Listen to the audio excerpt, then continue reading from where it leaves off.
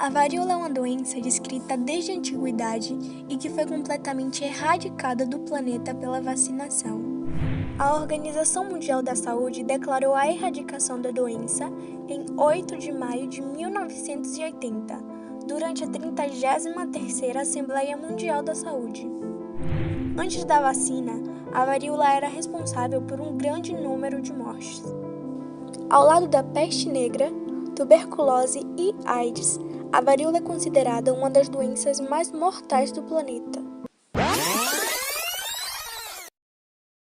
Antes de falarmos de forma detalhada sobre sintomas, tratamentos, agente causador e diagnóstico, vamos explicar um pouco sobre a história da varíola.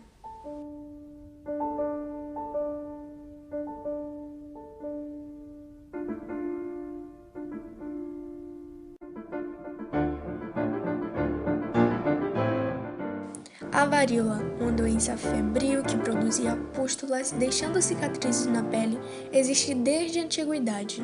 A múmia do faraó egípcio Ramsés V, que viveu cerca de 1000 anos antes de Cristo, apresenta marcas da varíola.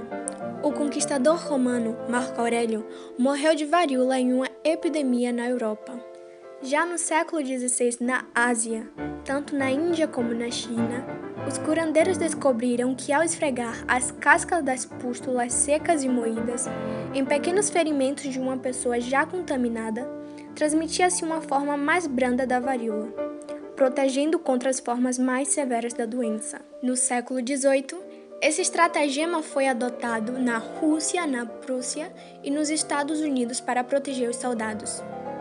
Na metade do século XVII, a varíola tornou-se a principal doença infecciosa na Europa, causando assim a morte ou o desfiguramento das pessoas. Como arma de destruição em massa, a varíola foi utilizada no extermínio de povos indígenas, na colonização espanhola e na portuguesa na América.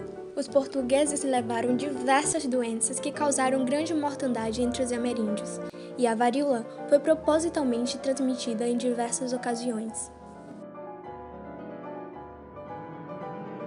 A varíola é uma doença infecto-contagiosa causada por um vírus e que se destaca como uma das doenças que mais causou mortes na história da humanidade.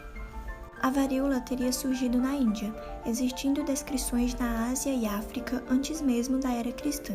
No Brasil, a doença foi descrita pela primeira vez em 1563, na Bahia. A varíola é provocada por um vírus transmitido, principalmente, por gotículas eliminadas pelo doente. A varíola é classificada em 2 tipos, varíola major e varíola minor. A varíola major é o tipo mais letal da doença, apresentando a letalidade de cerca de 30%. A varíola minor, por sua vez, é um tipo mais brando, com uma letalidade inferior a 1%. A varíola é uma doença causada pelo vírus Orthopoxvirus veroli, da família Poxviridae e do gênero Orthopoxvirus. O vírus é de DNA e pode permanecer viável por vários meses no meio ambiente. A transmissão da varíola ocorre na maioria das vezes por inalação de gotículas contendo o vírus, as quais são eliminadas pelo doente ao falar, tossir ou espirrar. Apesar de menos comum, a varíola pode ser contraída ao manusear-se por roupas, lençóis ou outros objetos contaminados pelo doente, por exemplo. O período de incubação médio da varíola é de 12 dias. Após isso, os sintomas surgem de maneira abrupta, sendo marcados pelo surgimento de febre alta, dores de cabeça, dores no corpo, abatimentos e calafrios. O diagnóstico da varíola é basicamente clínico. Um exame laboratorial para diagnosticar essa doença é feito, por exemplo, por meio do cultivo do vírus de sangue ou de lesões na pele. Tratamento da varíola. Quando a doença ainda ocorria no planeta, nenhum tratamento era efetivo. O tratamento indicado tentava amenizar a coceira e a dor causada pelas lesões. Era, portanto, exclusivamente sintomático e não curativo. A taxa de sobrevivência estava diretamente ligada ao tipo de varíola adquirida. A varíola não tem cura e os tratamentos existentes somente aliviam os sintomas da doença, sem a possibilidade de matar o vírus e impedir por exemplo, o surgimento da pústulas característica. A melhor forma de prevenir a doença é por meio da vacinação. Mas como essa é uma condição considerada erradicada, a vacina contra a varíola não faz parte do calendário regular de vacinação. A vacina contra a varíola foi a responsável por erradicar a doença do planeta, pondo fim em anos de morte e sequelas irrevisíveis. A vacina contra a varíola foi criada por Edward Jenner, um médico da Inglaterra. Ele observou em 1789 que as pessoas que ordenavam vacas não contraíram varíola após adquirirem a varíola bovina. Em 1796, ele extraiu o pus presente em uma lesão de uma pessoa que tinha contraído a varíola bovina e o inoculou em um menino saudável, o qual adquiriu a doença de forma branda. Passando algum tempo, Jenny inoculou no mesmo menino um material retirado de uma pústula de uma pessoa com varíola humana. O menino não contraiu a doença, o que significou que ele estava imune a ela. Jenny então fez a experiência com outras pessoas, inclusive com seu próprio filho. Os resultados do experimento foram publicados em 1798.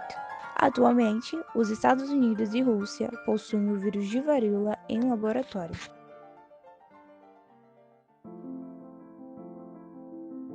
A poliomielite é uma doença viral que pode afetar os nervos e levar à paralisia parcial ou total. Apesar de também ser chamada de paralisia infantil, a doença pode afetar tanto quanto as crianças como os adultos. A poliomielite foi praticamente erradicada em países industrializados com a vacinação de crianças, inclusive aqui no Brasil, onde a vacina contra a doença foi incorporada à caderneta de vacinação obrigatória. Mas, contudo e todavia, o vírus causador, no entanto, ainda pode ser encontrado em países da África e da Ásia. A infecção pelo poliovírus não leva necessariamente à paralisia infantil. Existem dois tipos principais da doença: poliomielite paralítica e poliomielite não paralítica. A poliomielite é uma doença causada pela infecção do poliovírus, que se espalha por contato direto de pessoa a pessoa e também por contato com muco, catarro ou fezes infectadas. O vírus entra por meio da boca e do nariz e se multiplica na garganta e no trato intestinal. Dali, o vírus alcança as correntes sanguíneas e pode chegar a atingir o cérebro. Quando a infecção ataca o sistema nervoso, destrói os neurônios motores e provoca a paralisia dos membros inferiores. A polio, inclusive, pode levar o indivíduo à morte se forem infectadas as células nervosas que controlam os músculos respiratórios e os da deglutição. O período de incubação do vírus, ou seja, o tempo que leva entre a infecção e o surgimento dos primeiros sintomas, varia de 5 a 35 dias, mas a média é entre 1 e 2 semanas. A poliovírus pode ser transmitida por meio da água, alimentos contaminados ou até mesmo pelo contato direto com a pessoa infectada. A doença é tão contagiosa que pode ser pega no ar, principalmente por pessoas que convivem com portadores do vírus. Quem tem poliomielite pode transmitir a doença semanas após a infecção.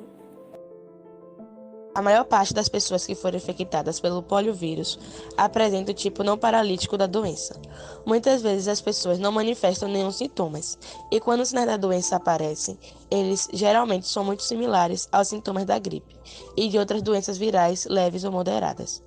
Os sinais e sintomas que costumam durar de 1 a 10 dias incluem febre, garganta inflamada, dor de cabeça, vômitos, fadiga, dor nas costas ou rigidez muscular, dor de garganta, dor ou rigidez nos braços e nas pernas, fraqueza muscular ou sensibilidade e meningite.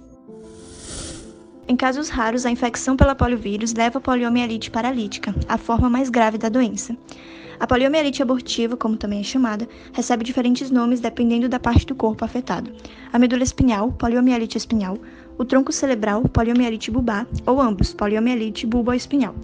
Sinais da poliomielite paralítica, como febre e dores de cabeça, muitas vezes limitam os da poliomielite não paralítica dentro de uma semana.